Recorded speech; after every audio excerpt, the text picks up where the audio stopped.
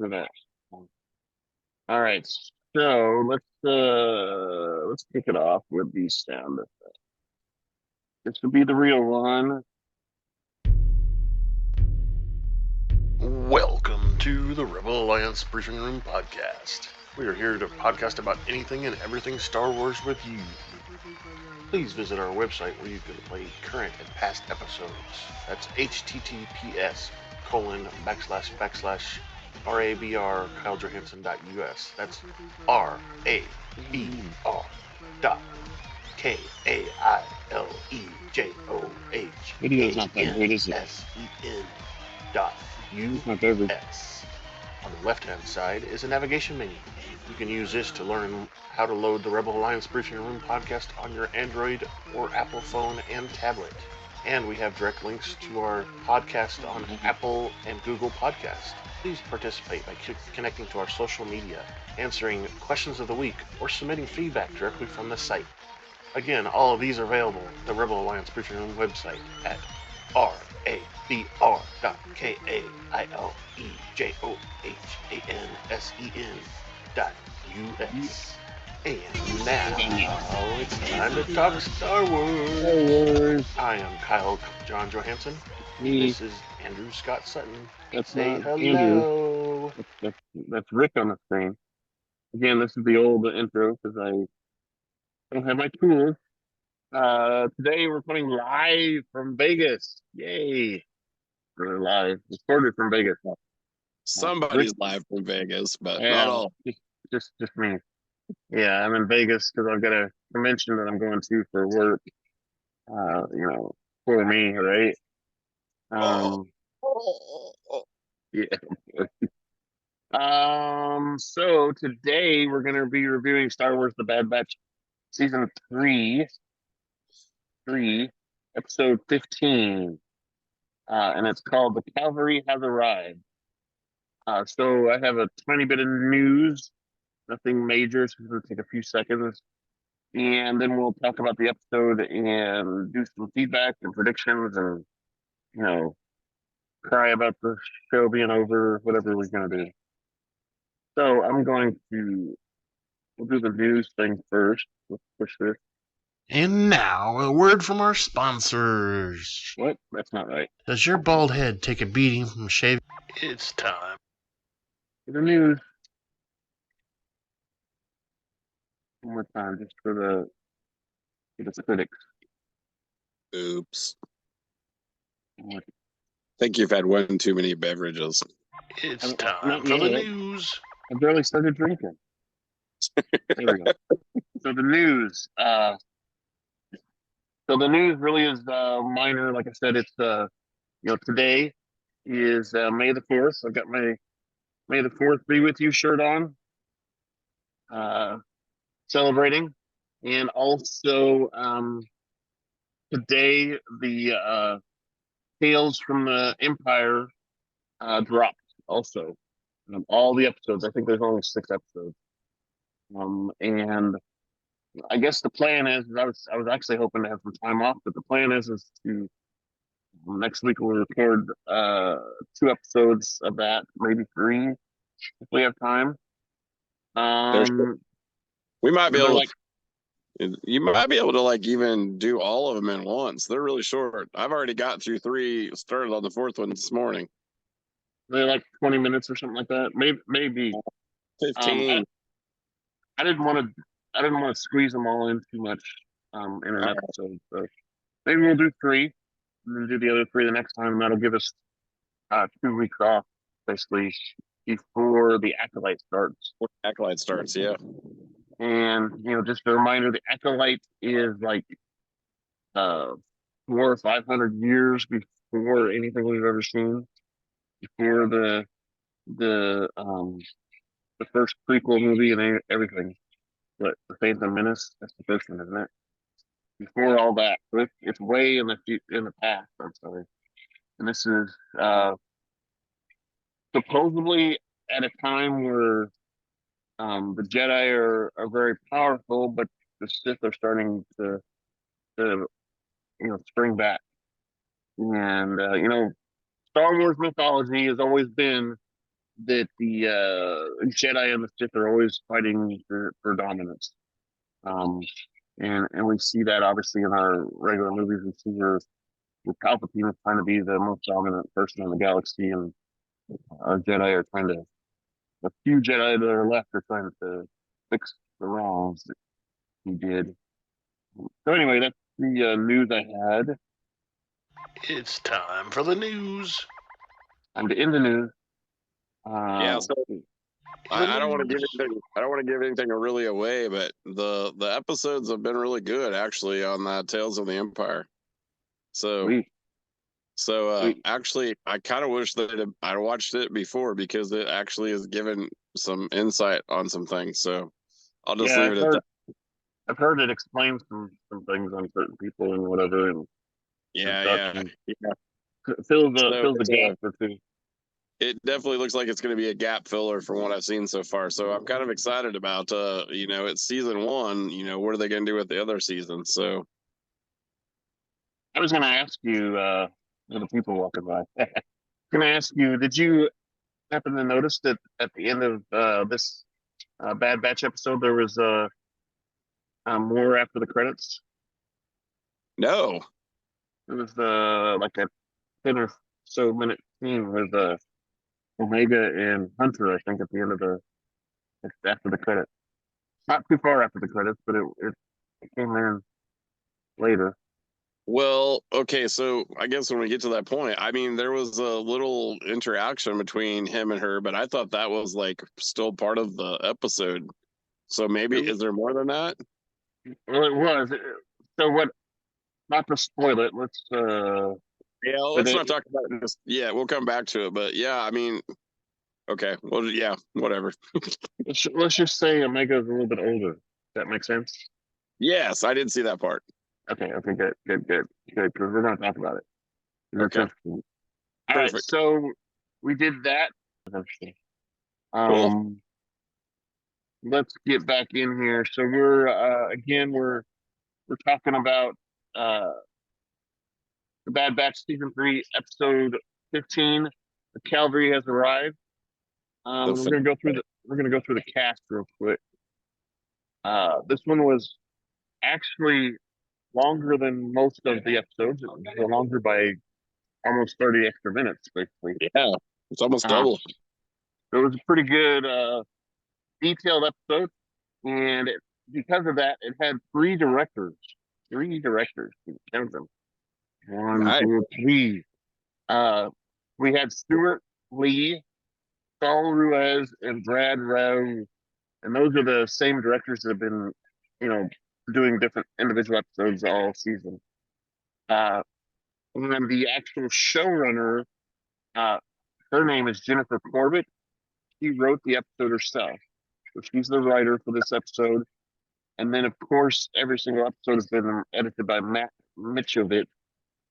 The music was scored by Kevin Kiner, Sean Kiner, and Deana Kiner.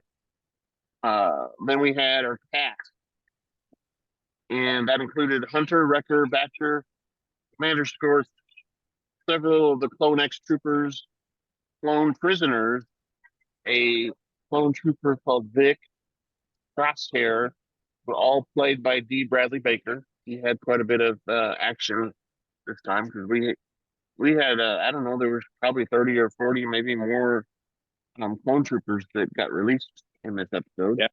Yeah. And of course, Omega, Michelle Yang played her. Nala Se was in the episode, played by Gwendoline Yeo. Unfortunately, she may not have survived. Dr. Scalder is played by Helen Sadler. Lieutenant Novitz is played by Jeff Boehm, and he also played a medical assistant. So I think Lieutenant Novik is one of those other doctors, or not doctors, but that works up in the observation area. Yeah, like a medical tech or something. Right, and he played Jeff Boehm also played a medical assistant and a Stormtrooper number 3. We of course had our favorite villain, Dr. Royce Hemlock, played by Jimmi Simpson. Emery Carr, who turned a new leaf today, played by Acacia Castle Hughes. Stormtrooper number 2 was played by Matt M. Garcia. Rampart was in here for because he was in one of the cells, played by Nosher Dolly. Stormtrooper number 1 was also played by him, Nosher Dolly. And then we had Amy sitting down. Then we had our specimens folks. SP32, who was actually named Jack, played by Ivan Finlayson. We had SP39, who was actually named Sammy, played by Naya Singh Aldiga. SP54 he was actually Eva, played by Alan Whelan. Byron, which is I believe the baby was crying actually in this episode, played by Shelby Young. And Shelby also played Captain Bragg, which is the female officer that had the Imperial outfit on. Oh yeah, He was the one that basically talked to Harkin about she gave the report and he told her to reallocate money. We're giving the whole episode away already. And Shelby Young also played a nanny droid. Again, I mentioned Governor Tarkin. He was played by Stephen Stanton, and Stephen Stanton also played a stormtrooper. So, in the spirit of Vegas, where I'm at here, we're going to play a commercial for Juan's Cantina, because there's a Mexican restaurant here in the casino, so this will work. We are proud to welcome our latest sponsor, Juan's Cantina, where every first week of the month on the Standard Galactic calendar, we celebrate what the ancients call Cinco de Mayo. Come join us at Juan's for the food, mariachi music, and 34 flavors of margaritas. That's Juan's Cantina right next to the Hangar 94 of Mos Eisley Spaceport. On day 2 of the week is Taco Tuesday. All tacos are half a credit each and enjoyed with our house margaritas. Juan's Cantina also serves the galactically famous Dos Camarones Azul Cerveza, imported directly from Kessel. Thank you again for our latest sponsor, Juan's Cantina. Por favor. Hey, Scott, what's up? Yeah, Juan's is an affiliate of this. Last text I got from you was you were having trouble. Then you didn't even tell me you were up and running. Yes, I did. No, you didn't. It doesn't matter. No fighting. We're all good. Hey, we're all good. Look, here I am in the casino. Where the hell are you at now? I'm at the casino. Here's the slot machines and everything over there. In Vegas? Yes. It said from April 21st to May 4th. No, it didn't. Yes, it did. He's enjoying your picture segment from Google said April 21st to May 4th. He's just getting an early start on Cinco Day. That has nothing to do with. That's when the pictures were taken. That's nothing to do with the dates of the convention. Hey. Oh, so he came out early or something? No, I just took pictures early. Oh, hold on. We'll have to cut this out, but I got a call from Amy. So you brought Amy? Yep. Hello? Hello? Why? Rum? I guess just a few. What, baby? Hi, baby. What's up, Scott? Baby. What's up? Yeah, he already thought he might, but yeah. Just kind of sitting outside, but it's a little cool. That rain cooled the temp down a little bit, man. We got sprinkles this morning, but. Oh, you guys didn't get anything this morning? Yep. Got a few little sprinkles, but other than that, nothing. We probably got another half an inch. You only wish. Yeah, we've had probably close to 7 or 8 inches in the last week. That's why I really wanted it, but he said it probably wouldn't work there. Yeah. I got water standing in a flower pot. That's exactly where I wanted it. I just want to get rid of that hose. I don't know where we're gonna put the hose and stuff, but I wanted to get rid of it anyway. So My yard, I couldn't mow it until yesterday, and Right. I had like a 3-hour window to get in Right. and get it mowed, get it taken care of. So crazy. okay, I'm back. Sorry about Okay, that. Amy called. I told Rick Scott that I haven't told Scott yet, but I got a new truck. And it's that electric truck I told you about. The Lightning, It's a Roku. Roku, what? the Rivian. Yes. Yes, the Rivian. And today they're installing the charging ports in my house. And they're gonna have to cut a hole in the wall, so she had to call me and ask me about it. I'm like, I already told you it was okay. It's got to go to the pole.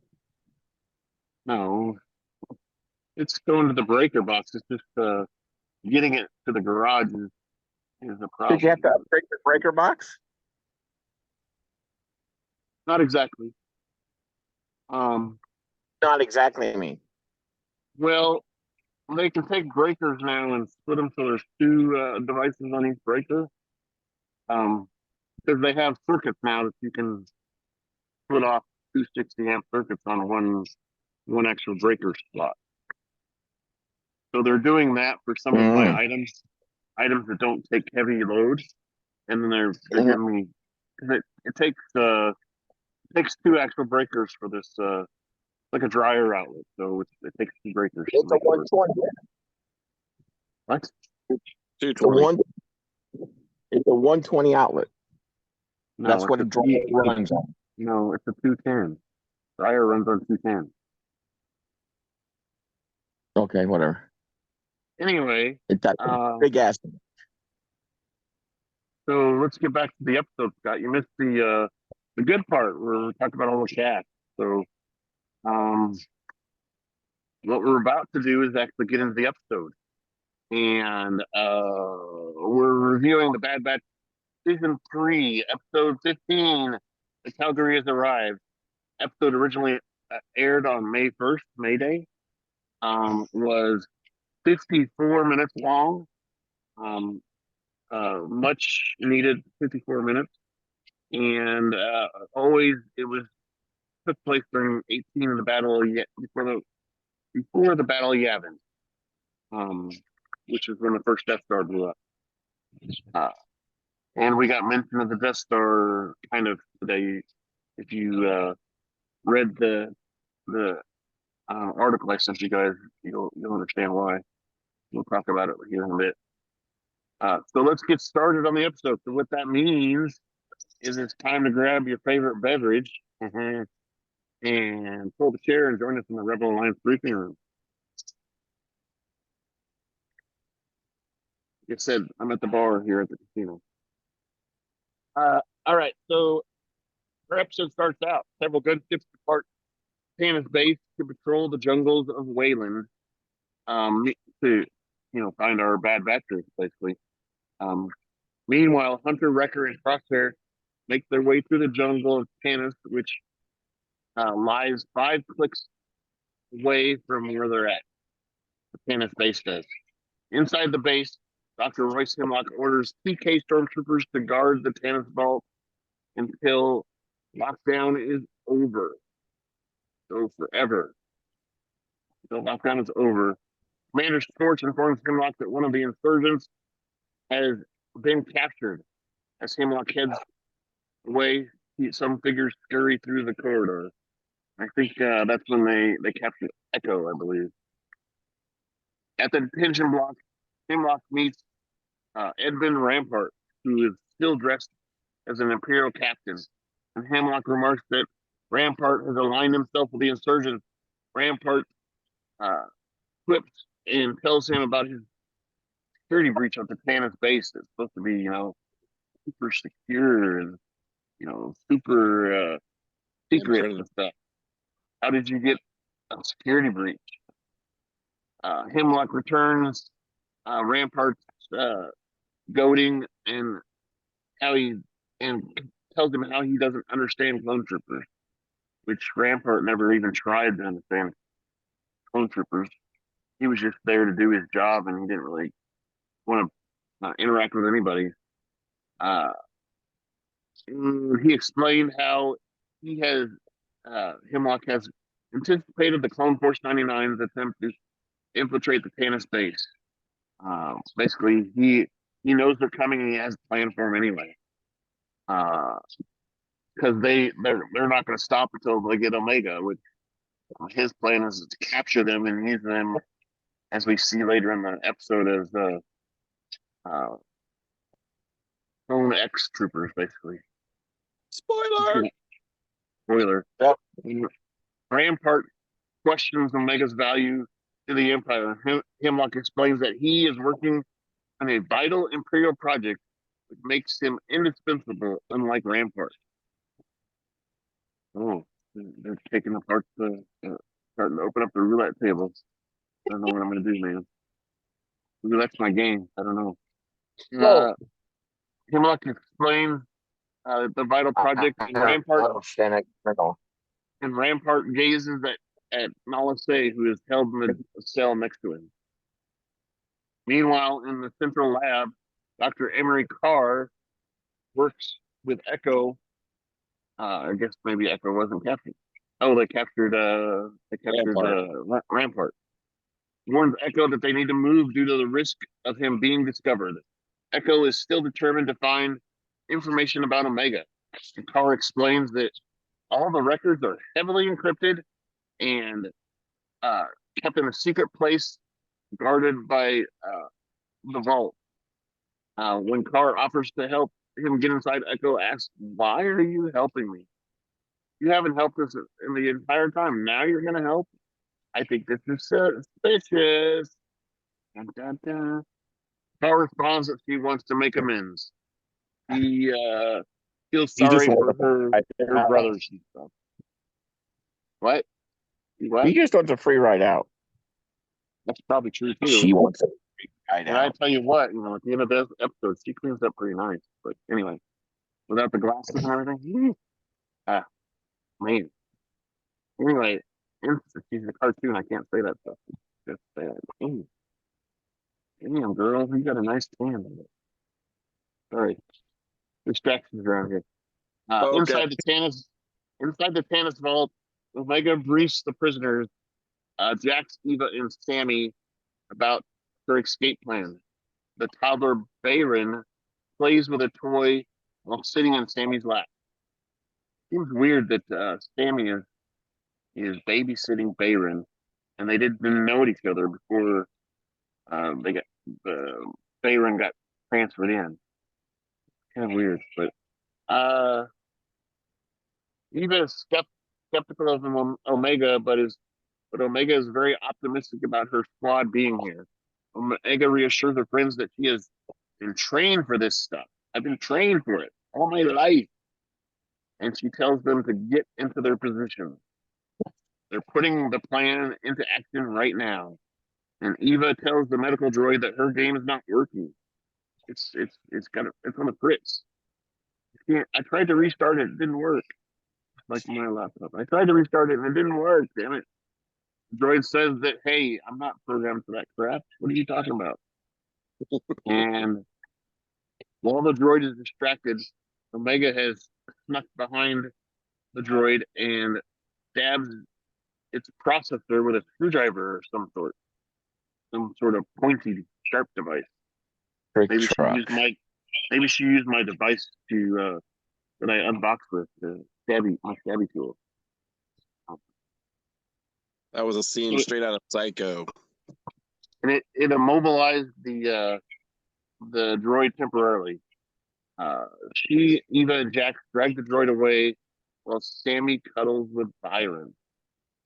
Dr. Scalder notices the droid is missing and heads down to the observation deck. Dun, dun, dun. What's going to happen? Inside her alcove, Omega begins reprogramming the droid. And she says something in there about she's done it before, but never with this model. I'm like, what is she, like a super hacker now all of a sudden? Is that what her Jedi abilities are, or her Force abilities are, is figuring out how to reprogram of droids. I don't know. Yeah, skills. She has Sadler certain asks, skills. I have a certain set of skills. Scalder asks Sammy where the other inmates are, and Omega and Jack and Eva Inmates. reappear behind her with a medical droid. All of a sudden, boom, they're there. Eva claims that they were with the droid. Like With the like dude. Sammy told you, we're with the droid. Sadler is suspicious about the unscheduled demand scans and demands to know what they're doing. When Omega backs up Eva Scadler, Eva and Scadler, Dr. Carr for being she laminates Dr. Carr for being too lenient on the inmates and orders them to return to their alcoves. I'm going to punish you by putting you in your cell. Johnson. He intends to place them in solitary confinement as punishment. However, she is knocked unconscious by the medical droid who injects her with a sedative. Guess she did get it reprogrammed, huh? Omega orders the reprogrammed medical droid to guard the door to the vault so that nobody else comes in. He tells Sammy to prepare for a sling for Bayron, and the children climb through the dumbwaiter system behind Omega's cell. Meanwhile, Wrecker is slowing down due to his injuries sustained from the fight with a Drax humanoid creature, but insists he can make it. But he got beat up pretty bad when he wrestled that thing. Yeah. That thing's very powerful, very strong, I guess. Yeah, a big gash across his armor. He did. He was beat up pretty good, and he fought it for a good while there too in the last episode. So back on the Tanis base, Dr. Carr is disguised Echo enter the vault, passing through a row of clone commandos. They go through the red scanner system. Dr. Carr tells Echo that the Galactic Empire used bounty hunters to kidnap the children, seeking to harvest genetic material for certain medical testing. Carr says she did not learn about the children until recently when Nala Se was put in confinement, and she took over the vault. When Echo asks about Omega, Carr explains that she is vital to Hemlock's project necromancy. I'm Maggie. Emperor Palpatine directly. Echo says he doesn't like the sound of that at all. That can't be a good thing. That's whatever Palpatine is involved in is bad. Raven. Omega leads the children through the dumbwaiter system, and Jax is concerned for Byron, who is getting very restless and antsy. Byron needs a nap. Whatever it is. Omega climbs through the shaft, which leads to the large enclosure where the Zillo Beast clone known as Specimen A is being held. While she approaches the controls, Byron begins crying loudly. Wah, wah, wah, wah. It arouses a medical assistant and some stormtroopers. Omega pulls a lever which causes the water in the tank beneath it to drain from the Zillo Beast. Two stormtroopers find the shaft that Omega entered and discover the escapees, Sammy, Byron, and Jax. Before the stormtroopers can detain the children, the Zillo Beast emerges from the tank and attacks the medical assistant station and basically crushes and stomps and eats and beats everybody up, right? That A stands for awesome. Yeah. That thing was pretty cool. The Zillo Beast. They tried the weapon and everything. Stormtroopers initiate containment protocols, which consist of the sonic generator, that radar telescope disc thing there. Your direct TV disc is what's shooting power at them. And since the creature's loose, he just bats to the side, basically. Like on side girl. Yeah. As the Zillo Beast goes on a rampage, Omega and the children escape back through the shaft. Inside the vault, Dr. Carr and Echo discover an injured Scalder and being escorted out by clone commandos and stormtroopers. Uh-oh. Looks like they've discovered they're missing. Uh-oh. Dr. Hemlock informs her that Omega and the specimen have escaped through the weak point in the wall. Hemlock vows to discipline Scalder. Just then, a tremor shakes the vault. Everything shakes. Scorch checks his phone. Hey, what's going on, man? What's up? And reports that the Zill Beast is loose in the containment level. Hemlock orders the base generator be shut down. Okay. I don't know why, because that would keep the Zill Beast contained, right?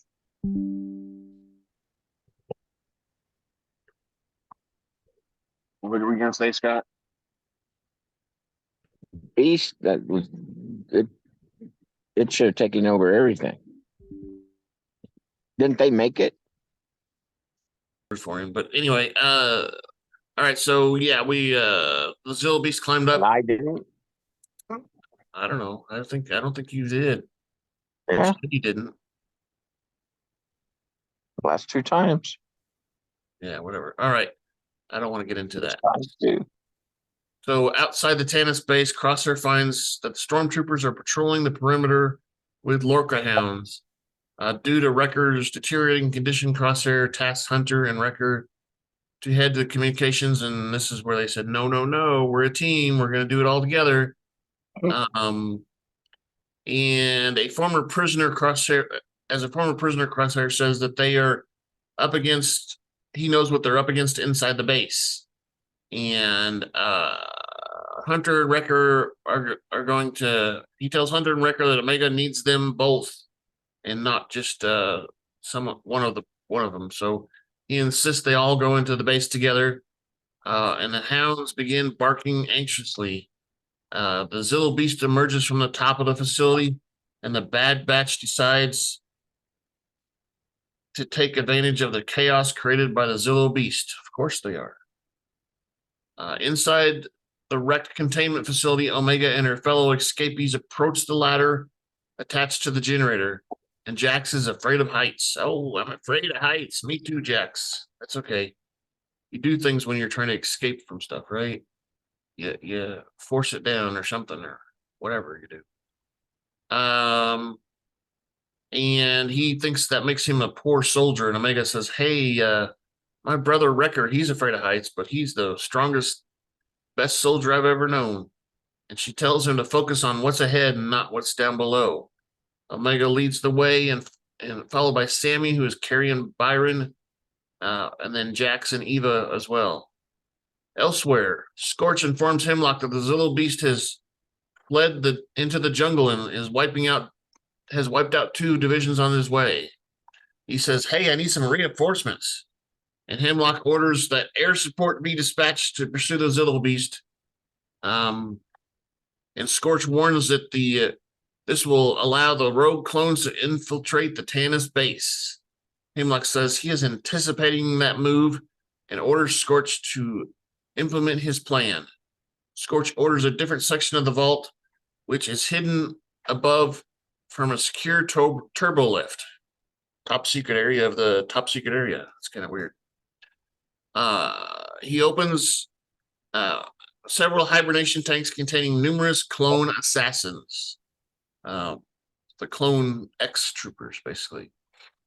Meanwhile, Carr and Echo enter the wrecked containment facility. They figure that Omega and her friends are climbing the shaft that leads to the science hangar.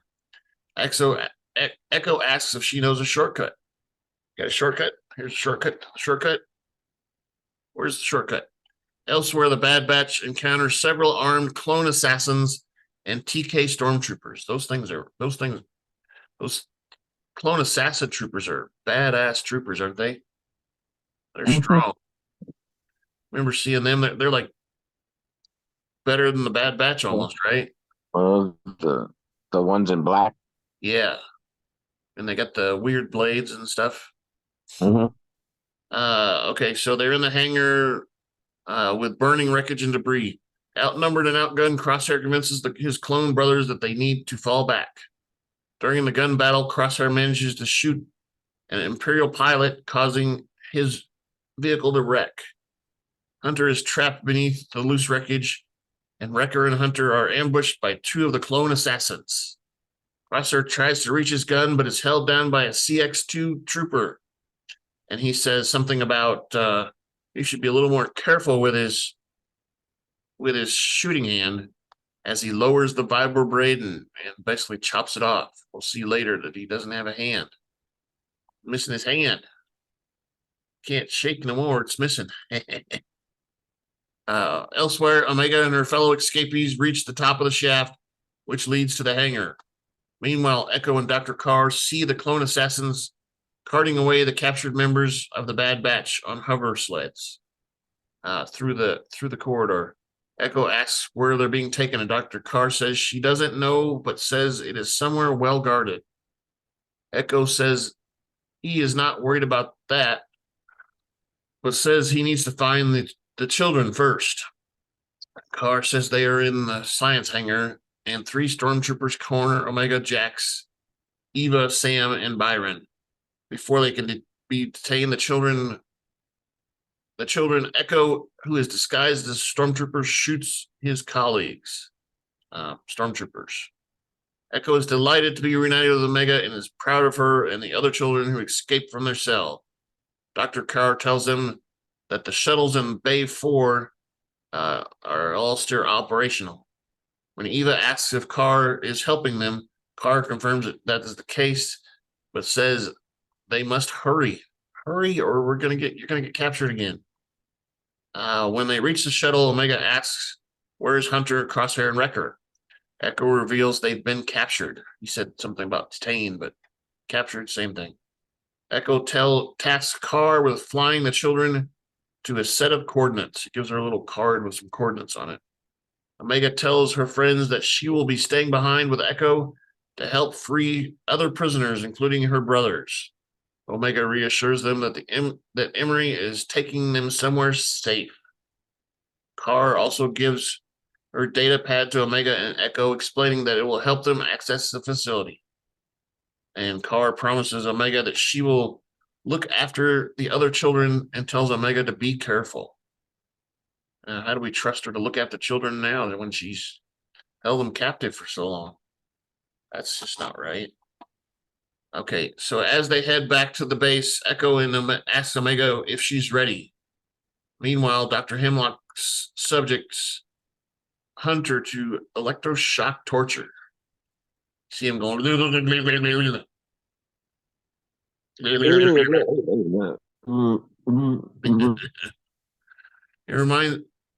It reminds him of the death of Tech, and Crosshair is fastened to an operating table.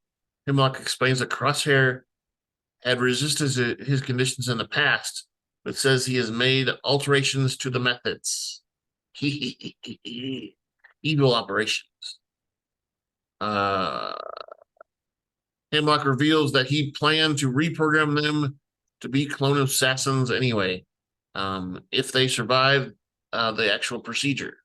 A defiant Hunter tells Hemlock that they will survive, but he won't. Not you, buddy. No. We're going to kill you. As the operation on Hunter commences, the Imperial officer informs Hemlock that he has received a transmission from Governor William Tarkin.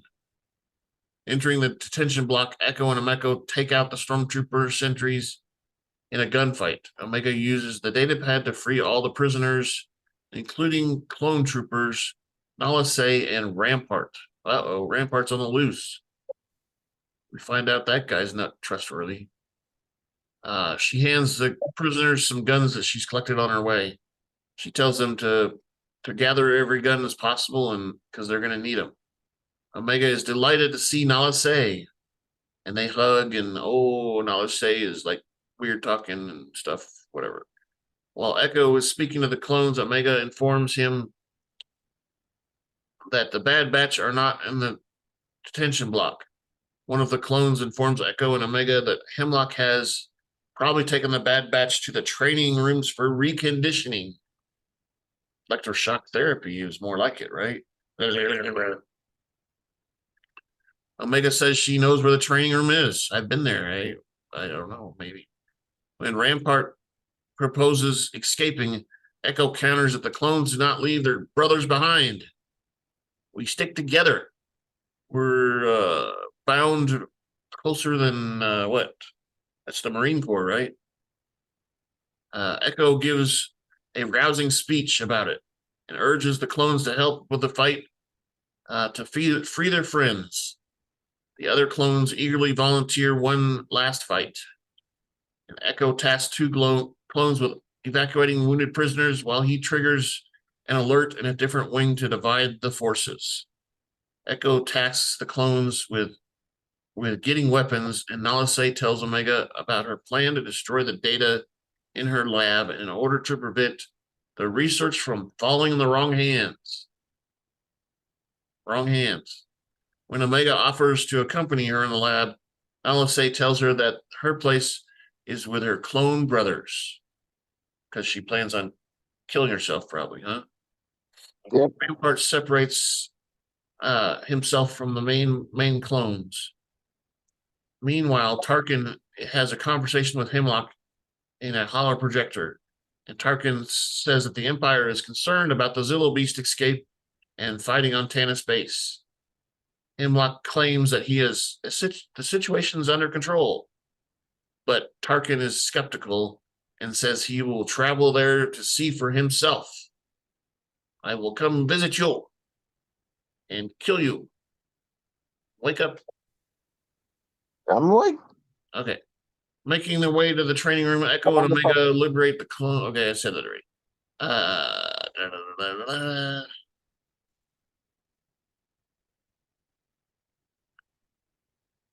trying to make sure everybody's So he has the conversation. Hemlock claims that everything's under control, but says he's traveling to Wayland anyway. Making their way to the training room, Echo and Omega and the liberated clones gun down stormtroopers. Accessing a computer, Echo asks Omega if she can use the pneumatic tube system to spy on the training room. She climbs into the overhead shaft, and Echo instructs Omega to relay what she sees. She heads for the former laboratory. Nalase obtains a detonator from a fallen stormtrooper, and she is tailed by Rampart, who takes a blaster from a fallen soldier. Entering the lab, Nalase installs her datapad, which activates the laboratory. She then consults the computer and is suddenly confronted by Rampart. Where'd he come from? That sneaky little guy. He wants to know what the research is all about and why it's such value to the Emperor. At gunpoint, he demands to know what Project Necromancer is, and Nalase secretly activates her detonator. It starts going beep, beep, beep, beep. Using the pneumatic system, Omega tells Echo via comlink that Hunter, Wrecker, and Crosshair are indeed in the training room. She spots one guard, and Omega says that she can free them if they create a great big distraction. Echo and the liberated clones enter the part of the vault where the Clone assassins have been kept. The clone assassins engage them in battle, shooting several during the gun battle. Omega infiltrates the training room and accesses the computer, which she uses to free her brothers. One of the liberated clones is impaled through the chest by a vibroblade welding clone assassin. Wrecker begins to stir, and Omega is spotted by a sentry. She tries to shoot the sentry with her blaster, but his armor just deflects the blast, and he doesn't do anything. The clone assassins capture her. Dr. Hemlock and CX2 enter the room. Hemlock compliments Omega for proving his observation about the clones' loyalties to one another. He then unleashes a gas into the clone X vault, which incapacitates several of the liberated clones. Back in the lab, Rampart reveals his plan to use the secrets of Project Necromancer as a bargaining chip to regain favor with the Empire. He's trying to get back in. Malissé counters that the research does not belong to him nor the Empire. Rampart states that it is no longer hers and blasts her. She drops the activated detonator, which lands on Rampart's feet, causing him to mutter, what the hell? In surprise before the explosion kills and destroys the databanks. She makes her research die along with her. Dun, dun, dun. Almost done. Inside the assassin vault, Echo is wounded in the back with a vibroblade. He is captured by the blade welding clone assassin. Inside the training room, Hemlock is confined, confident of his victory over the rogue clones. However, Scorch brings Brad news that the central lab has been destroyed. No! Omega counters that Hemlock has failed with the loss of his data. When Hemlock counters that he still has her, she counters that she still has her brothers. Wrecker breaks free of his restraints and kicks a large chunk of the machine holding him down, knocking down several operatives. Scorch and Hemlock also. The chunks of the machine slam into the computer terminal and severely damages it, causing the gas in the clone assault vault to disperse. Wrecker, Crosshair, and Hunter begin to stir while Echo and his comrades revive. Hemlock orders the CX-2 trooper and their assassins to hold back the Bad Batch while he escapes with Omega. Wrecker tells Hunter to rescue Omega before charging the clone assassin. Pushing him through the glass of the vault below, this gives Echo a distraction with Wrecker. He kills two of the clone operatives and Hunter retrieves an electrostaff and impales CX-2 into the machine.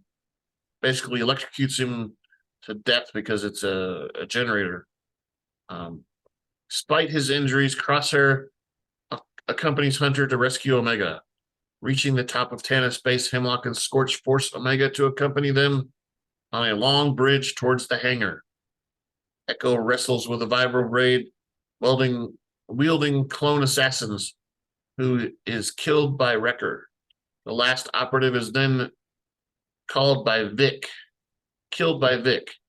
Echo then attends to the wounds of Wrecker and asks, where is Omega? Hemlock uses his wrist thing to summon a starship. He says, beep, beep, beep, beep, beep. Starship, come get me. Causing it to this starship, which emerges in the rainy skies. But before it can land, Hunter and Crosshair damage the starship's engines, causing it to crash in the jungle. Uh-oh. What's he going to do now? They also shoot Scorch in the chest, causing him to fall over the bridge. Uh-oh. It's only Hemlock left. Hemlock holds Omega at gunpoint, intending to use her as a hostage. But Omega taunts Hemlock, saying that he won't hurt her because he needs her alive. He does, or his research won't work. Nope. Hunter gestures to Crosshair, and who aims his gun. Moving close to the edge of the bridge, Hemlock threatens to jump over with Omega. Hunter tells Crosshair to shoot Omega's magnetic binders. Crosshair initially refuses, and then because of the loss of his shooting hand, it worries him and he might shoot Omega. Hunter notices Omega pulling a slim surgical tool from her sleeve and tells Crosshair to make the shot after Omega makes her move. And she does, ramming her tool into Hemlock's arm. And he goes, ow, that hurts. Crosshair and Hunter shoot the binders, freeing Omega. They then shoot Hemlock several times, causing him to fall over the bridge. Hunter and Crosshair bend their knees, allowing Omega to embrace them. They then head downstairs towards the escape Row-class transport shuttle that they liberated with Echo. The group then flees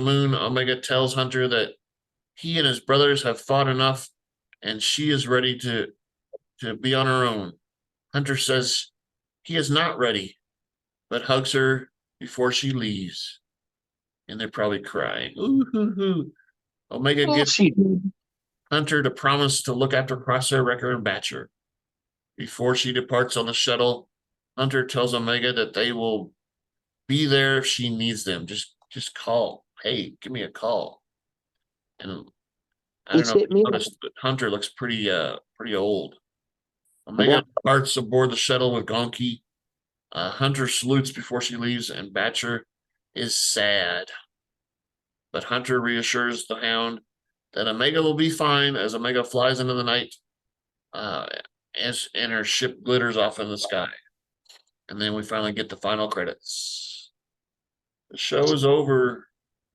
She's probably in her 20s. Yeah, she looked like she was at least late teens, early 20s, right? She looked pretty hot. Oh, I mean, she looked good. Okay. So that's the entire episode. It was longer, like I said. That's the end. Because Never gonna have that again. Because of the end, right? Yeah. And I'm gonna do the feedback stuff real quick. Feedback.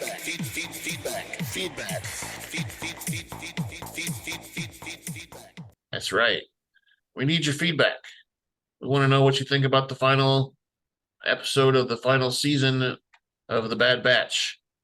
Find us at feedback@kylesrayhanson.us.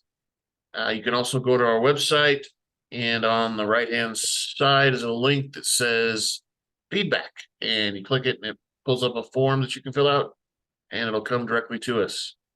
We're also on Twitter/X at super_duper_pod. We're on the Blue Sky Network as well at Rebel Alliance Briefing Room. And we're on YouTube, since now both our audio and video are uploaded there automatically. So leave some comments with the videos and audios. We did get a couple likes this week. I think we're up to 20 people have listened to our episodes and stuff this week. So for last week, I mean, so we're doing pretty good. I'm going to leave a bunch of stickers at the convention here, so people maybe will find them, join. We'll see. But that's what did you think about it, Scott? Was that a pretty good episode? It was pretty long, but it was pretty good. Good way to end it. But we never know. Well, we never know if we ever saw her, the rebellion. No, we don't.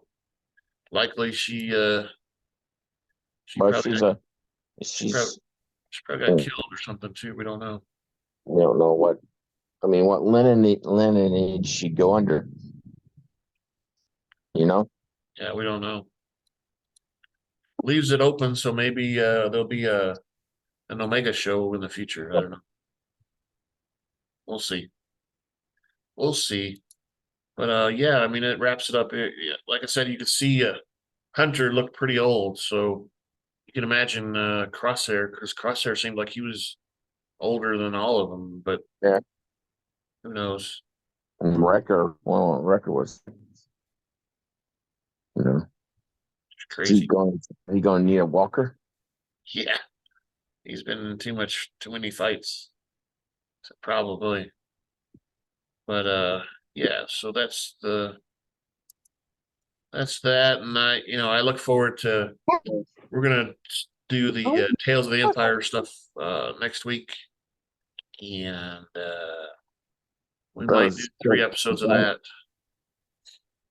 Just like the other ones, just like the Jedi ones, they're short. Yeah, they're pretty short. Well, at least Rick says he's already seen 3 of them. Watched 3 of them because they dropped today. Well, May the 4th be with you. Yeah, all 6 of them dropped today. So I expect we do 3 next week and then 3 the week after that. Movie drop. No, the whole series. How about the movie? When's the next movie drop? Well, that's next year sometime. Maybe 2026 too. And we ain't gonna have no Grogu, whatever. Well, I think there's going to be another season of The Mandalorian. So it's just the movie is supposed to wrap up all these series. The Mandalorian. I think it's supposed to wrap up Ahsoka too, and Boba Fett. All of them are supposed to be wrapped up from the movie. So that'd be good, because you always sit there and wonder, don't you? Well, there's always going to be something they're going to leave. They're like, oh, yeah, this is going to happen. We didn't want to tell you about it. Yeah, but how do you? It's hard. It's hard for new people, Then they have to go back and stuff. Go on, girls. Go. All right. So Everybody. I'm gonna run the outro. Thank you for listening to the Rebel Alliance Briefing Room podcast. Please visit our website where you can play current and past episodes. That's https://RABR KyleJohansson.us. That's RABR dot And that barcode. KILEJOHAN. That'll get you to our website. Scan the barcode. On the left-hand side is a navigation menu. You can use this to learn. These are the ones I how to gave you load the guys a Rebel couple weeks Alliance ago. podcast on your Android or Apple phone. Put it on the back of my phone. So And we have they direct scan links it. to our Yeah, I podcast. haven't been in the office long enough to do that. Podcast. Please participate by connecting to our social Did that last media, week too, and then I answering questions of the watched week, it back or and put my submitting phone up feedback there directly and from the site. I scanned it. Again, when I was all of these are available at the Mhm. Rebel Alliance Briefing Room website at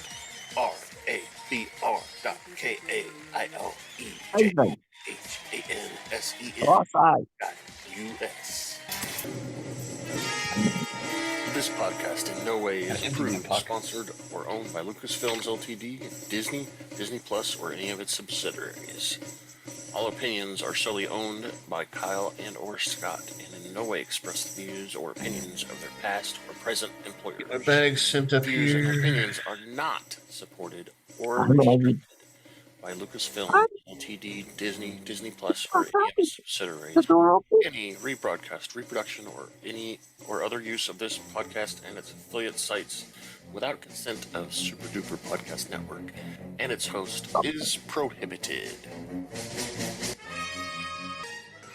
I am Kyle John Johansson, and this is Andrew Scott Sutton.